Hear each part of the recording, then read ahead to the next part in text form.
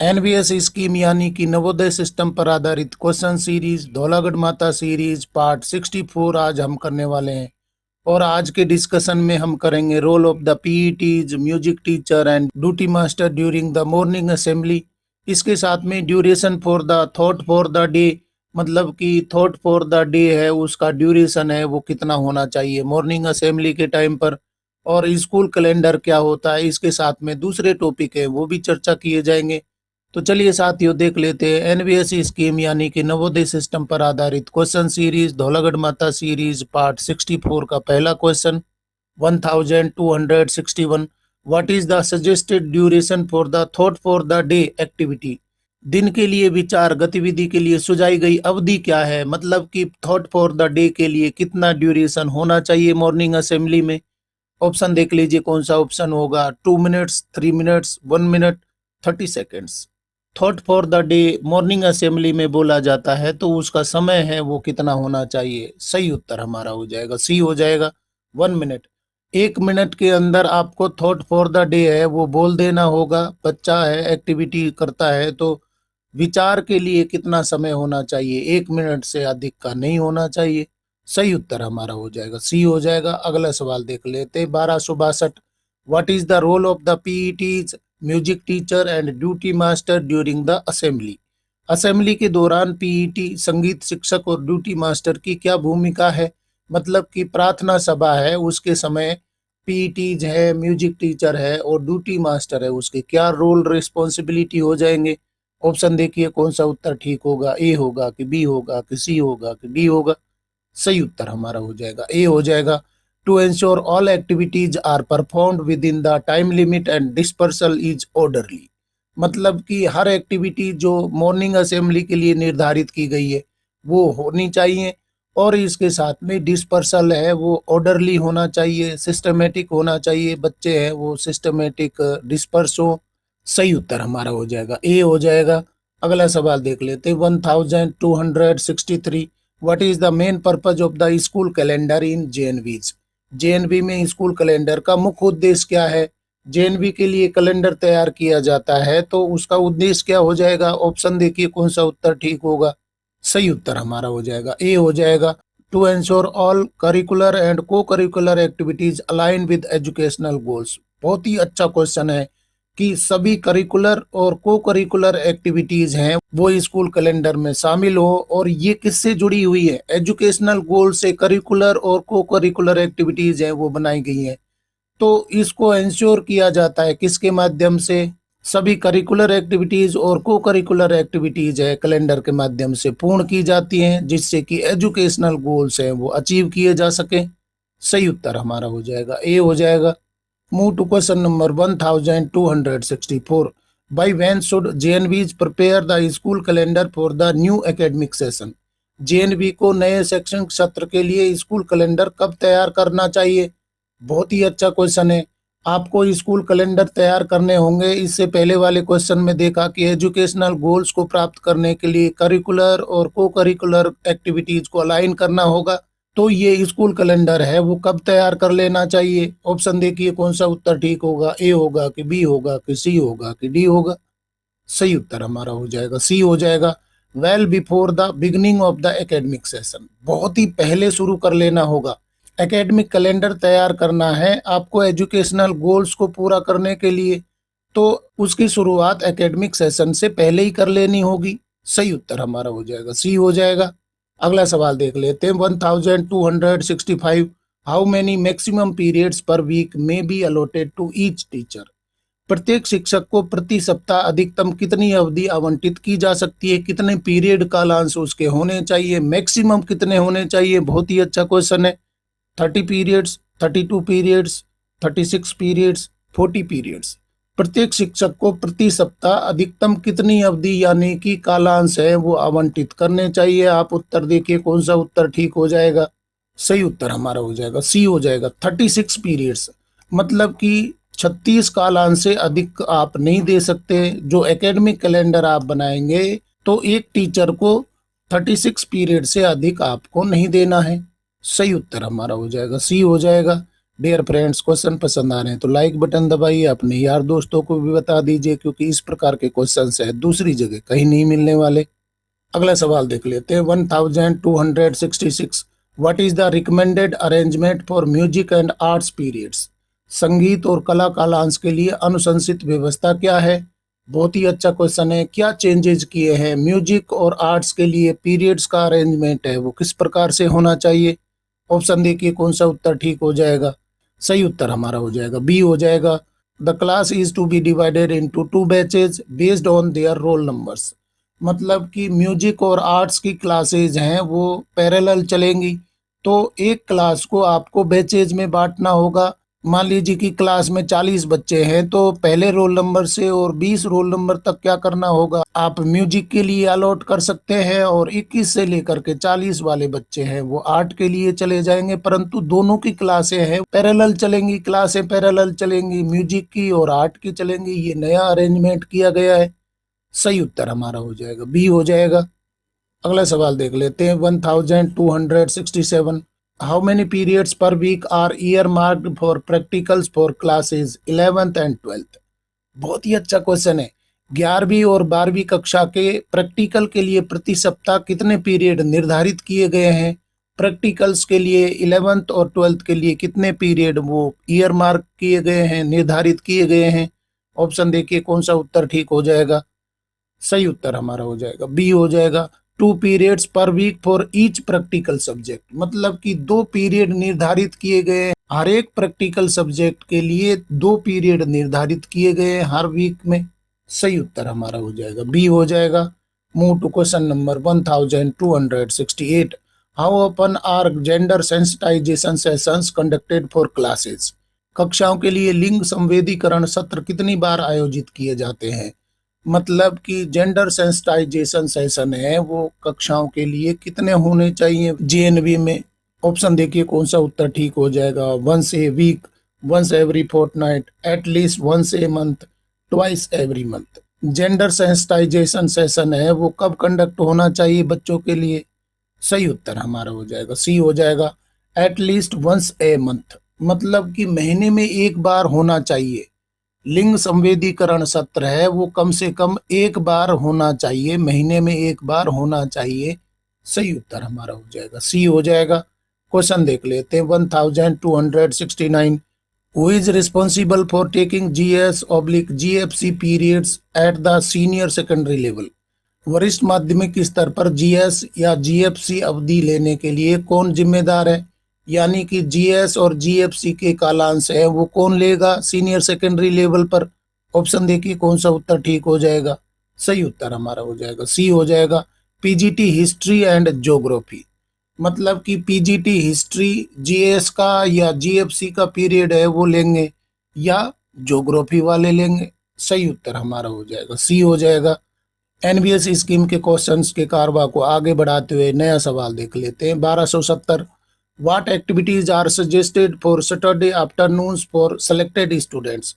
चयनित छात्रों के लिए शनिवार दोपहर के लिए कौन सी गतिविधियां सुझाई गई हैं? ऑप्शन देखिए कौन सा उत्तर ठीक हो जाएगा। ए होगा कि बी होगा कि सी होगा कि डी होगा? सही उत्तर हमारा हो जाएगा बी हो जाएगा। Use of computer labs, smart classrooms for competitive exam preparation.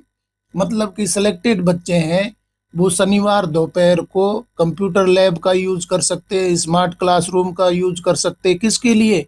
Competitive exams की प्रिपरेशन के लिए। बहुत ही अच्छी बात बताई गई है। इस प्रकार के क्वेश्चंस हैं वो तो जरूर पूछ लिए जाते हैं। कंप्यूटर लैब है या स्मार्ट क्लासरूम है, कॉम्पिटिटिव एग्जाम्स के लिए यूज की जा सकती है। कौन से बच्चों के लिए? सिलेक्टेड बच्चों के लिए, सबके लिए नहीं। सेलेक्टेड बच्चे हैं वो इन कॉम्पिटिटिव एग्जाम्स को कंप्यूटर लैब के माध्यम से, स्मार्ट क्लासरूम के माध्यम से ऑनलाइन क्लास लेने के लिए कर सकते हैं। सही उत्तर हमारा हो जाएगा बी हो जाएगा। डियर फ्रेंड्स, आपको क्वेश्चंस पसंद आ रहे हैं तो लाइक बटन दबा सकते हैं, अपने यार दोस्तों को भी बता सकते हैं, आप कमेंट भी कर सकते हैं, और बेल आइकन भी दबा दीजिए जिससे कि नया कोई वीडियो डलेगा तो आपको अपडेट मिल जाएगा। क्वेश्चन देख लेते हैं। 1271 what provision is made for classes 6 to 8 regarding lab activities? प्रयोगशाला गतिविधियों के संबंध में 6ठी से 8वीं कक्षा के लिए क्या प्रावधान किया गया है? 6ठी से 8वीं के लिए लैब एक्टिविटी होंगी या नहीं होंगी, और होंगी तो कौन सी होंगी, क्या प्रोविजन रखे गए, ऑप्शन देखिए। सही उत्तर हमारा हो जाएगा बी हो जाएगा, at least one period per week for mathematics and science labs. मतलब कि मैथमेटिक्स के लिए और साइंस लैब्स के लिए कम से कम एक पीरियड हर एक सप्ताह में होना चाहिए। कौन सी कक्षाओं के लिए? छठी से लेकर के आठवीं कक्षाओं के लिए मैथमेटिक्स और साइंस लैब्स के लिए कम से कम एक पीरियड है हर सप्ताह निर्धारित करना होगा, प्रोविजन बनाना होगा। किसके लिए? लैब एक्टिविटीज के लिए, कक्षा 6 से 8वीं के बच्चों के लिए। सही उत्तर हमारा हो जाएगा बी हो जाएगा। अगला सवाल देख लेते हैं 1272। What flexibility is provided to regional offices regarding scheduling activities. गतिविधियों को शेड्यूल करने के संबंध में क्षेत्रीय कार्यालयों को क्या लचीलापन प्रदान किया जाता है? ऑप्शन देखिए कौन सा उत्तर ठीक हो जाएगा। आपको गतिविधियों को शेड्यूल करना है तो क्षेत्रीय कार्यालय यानी कि रीजनल ऑफिसेज को क्या लचीलापन प्रदान किया गया है? सही उत्तर हमारा हो जाएगा ए हो जाएगा। They can modify the schedule but not the duration of the activities. बहुत बड़ी बात बताई गई है कि शेड्यूल को वो मॉडिफाई कर सकते हैं, परंतु जो एक्टिविटी के लिए ड्यूरेशन निर्धारित की गई है उसको वो चेंज नहीं कर सकते हैं। सही उत्तर हमारा हो जाएगा ए हो जाएगा।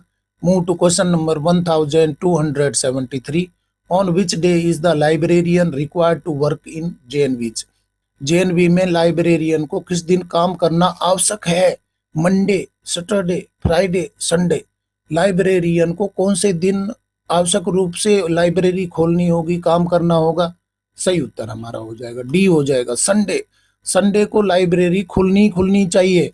उसके कंपनसेशन में वीकली ऑफ दिया जा सकता है, परंतु संडे को क्या होगा? लाइब्रेरी खुलेगी। सही उत्तर हमारा हो जाएगा डी हो जाएगा। क्वेश्चन आ गया हमारा 1274। What are the library opening hours on Sundays in JNVs. JNV में रविवार को पुस्तकालय संचालन के घंटे क्या हैं? ऑप्शन देखिए, कब से कब लाइब्रेरी संडे को ओपन होनी चाहिए? बहुत ही अच्छा क्वेश्चन है। संडे को लाइब्रेरी खुलेगी, परंतु उसके आवर्स है वो किस तरीके से निर्धारित किए गए हैं? सही उत्तर हमारा हो जाएगा सी हो जाएगा। 10 AM to 1 PM and 3 PM to 4:30 PM। मतलब कि 10 बजे से 1 बजे तक, साथ में 3 बजे से 4:30 बजे तक लाइब्रेरी है वो खुलनी चाहिए। सही उत्तर हमारा हो जाएगा सी हो जाएगा। अगला सवाल देख लेते हैं 1275। When can the librarian take a weekly off as per the JNV routine. JNV routine के अनुसार लाइब्रेरियन साप्ताहिक अवकाश कब ले सकता है?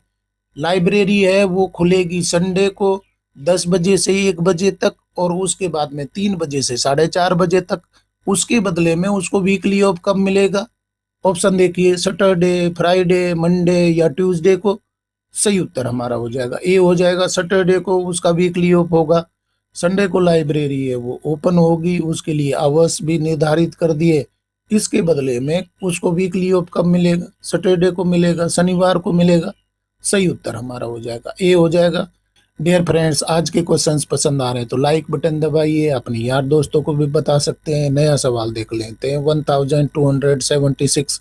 Who has the flexibility to modify the scheduling of activities in JNVs. JNV में गतिविधियों के शेड्यूल को संशोधित करने की लचीलापन किसके पास है? मतलब कि शेड्यूलिंग है उनको कौन चेंज कर सकता है? ऑप्शन देखिए, सीबीएसई बोर्ड या रीजनल ऑफिसेज, एनवीएस हेडक्वार्टर या स्कूल प्रिंसिपल्स। कौन सा उत्तर ठीक हो जाएगा? सही उत्तर हमारा हो जाएगा बी हो जाएगा। रीजनल ऑफिसेज हैं वो शेड्यूलिंग है उसको चेंज कर सकते हैं, शेड्यूल को बदल सकते हैं, परंतु ड्यूरेशन को वो मॉडिफाई नहीं कर सकते। सही उत्तर हमारा हो जाएगा बी हो जाएगा। Move to question number 1277। How is the syllabus divided for the half yearly examination in class 11। 11वीं कक्षा में अर्धवार्षिक परीक्षा के लिए पाठ्यक्रम का विभाजन किस प्रकार किया जाता है? ऑप्शन देखिए कौन सा उत्तर ठीक हो जाएगा। ए होगा कि बी होगा कि सी होगा कि डी होगा। हाफ ईयरली के लिए +1 का सिलेबस है वो कैसे डिवाइड किया जाएगा? सही उत्तर हमारा हो जाएगा बी हो जाएगा। As per split up syllabus of NVS. NVS के द्वारा हर कक्षा के लिए स्प्लिट अप ऑफ सिलेबस है वो किया जाता है, मतलब कि सिलेबस को बांटा जाता है। छठी से लेकर के 12वीं तक के लिए स्प्लिट अप ऑफ सिलेबस होता है, तो उसके अनुसार हाफ ईयरली की परीक्षाओं का पाठ्यक्रम निर्धारित किया जाता है। सही उत्तर हमारा हो जाएगा बी हो जाएगा। अगला सवाल देख लेते हैं 1278। Which grade represents the highest level of achievement in health, seva and physical education.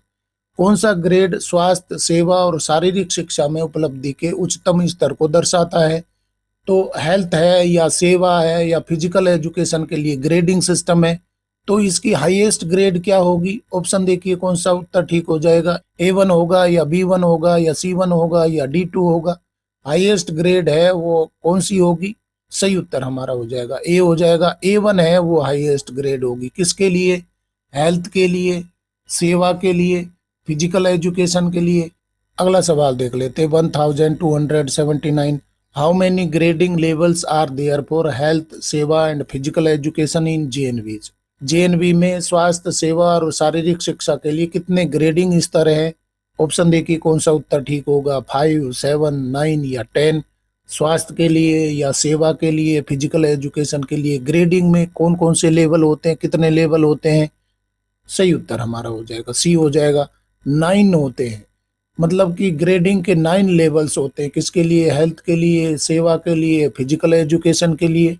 सही उत्तर हमारा हो जाएगा सी हो जाएगा। और साथियों देख लेते हैं नवोदय सिस्टम पर आधारित क्वेश्चन सीरीज, धौलागढ़ माता सीरीज पार्ट 64 का अंतिम सवाल 1280। On what basis is discipline assessed for students in JNVs? JNV में छात्रों के लिए अनुशासन का मूल्यांकन किस आधार पर किया जाता है? बहुत ही अच्छा क्वेश्चन है। छात्रों का मूल्यांकन है वो डिसिप्लिन के आधार पर कैसे किया जाता है? ऑप्शन देखिए कौन सा उत्तर ठीक हो जाएगा। सही उत्तर हमारा हो जाएगा ए हो जाएगा। अटेंडेंस के आधार पर, सिंसियरिटी, बिहेवियर एंड वैल्यूज। आपको अगर बच्चे का डिसिप्लिन असेस करना है, मूल्यांकन करना है, तो उसकी अटेंडेंस देखनी होगी, उसकी सिंसियरिटी देखनी होगी, उसका बिहेवियर देखना होगा, उसकी वैल्यू देखनी होगी, और तब जा करके आप उनके मूल्यांकन करके और ग्रेडिंग कर सकते हैं। सही उत्तर हमारा हो जाएगा ए हो जाएगा। इस तरीके से साथियों NVS स्कीम पर आधारित धौलागढ़ माता सीरीज पार्ट 64 के अंतिम क्वेश्चन तक हम पहुंच गए हैं। अभी तक हमने 1280 क्वेश्चंस हैं वो कंप्लीट कर लिए। ये सभी क्वेश्चंस हैं वो नवोदय सिस्टम यानी कि NVS स्कीम पर आधारित है। और NVS स्कीम है आपके सिलेबस में रखा गया है, जैसे कि safety and security of inmates है, मेस मैनेजमेंट है, hostel management, infrastructure maintenance and repairs, admission in JNVs and many more. ये सभी टॉपिक है वो कवर किए जा रहे हैं धौलागढ़ माता सीरीज में। अगर आपने पहले वाले क्वेश्चंस नहीं देखे तो जरूर देखिए, क्योंकि धौलागढ़ माता सीरीज के क्वेश्चन से आपके परीक्षाओं में पूछे जाएंगे। और साथियों आपको आज के क्वेश्चन पसंद आए तो लाइक शेयर करें और चैनल को सब्सक्राइब करना तो बहुत ही जरूरी है, क्योंकि नॉलेज मंडली is the right choice. Thank you very much.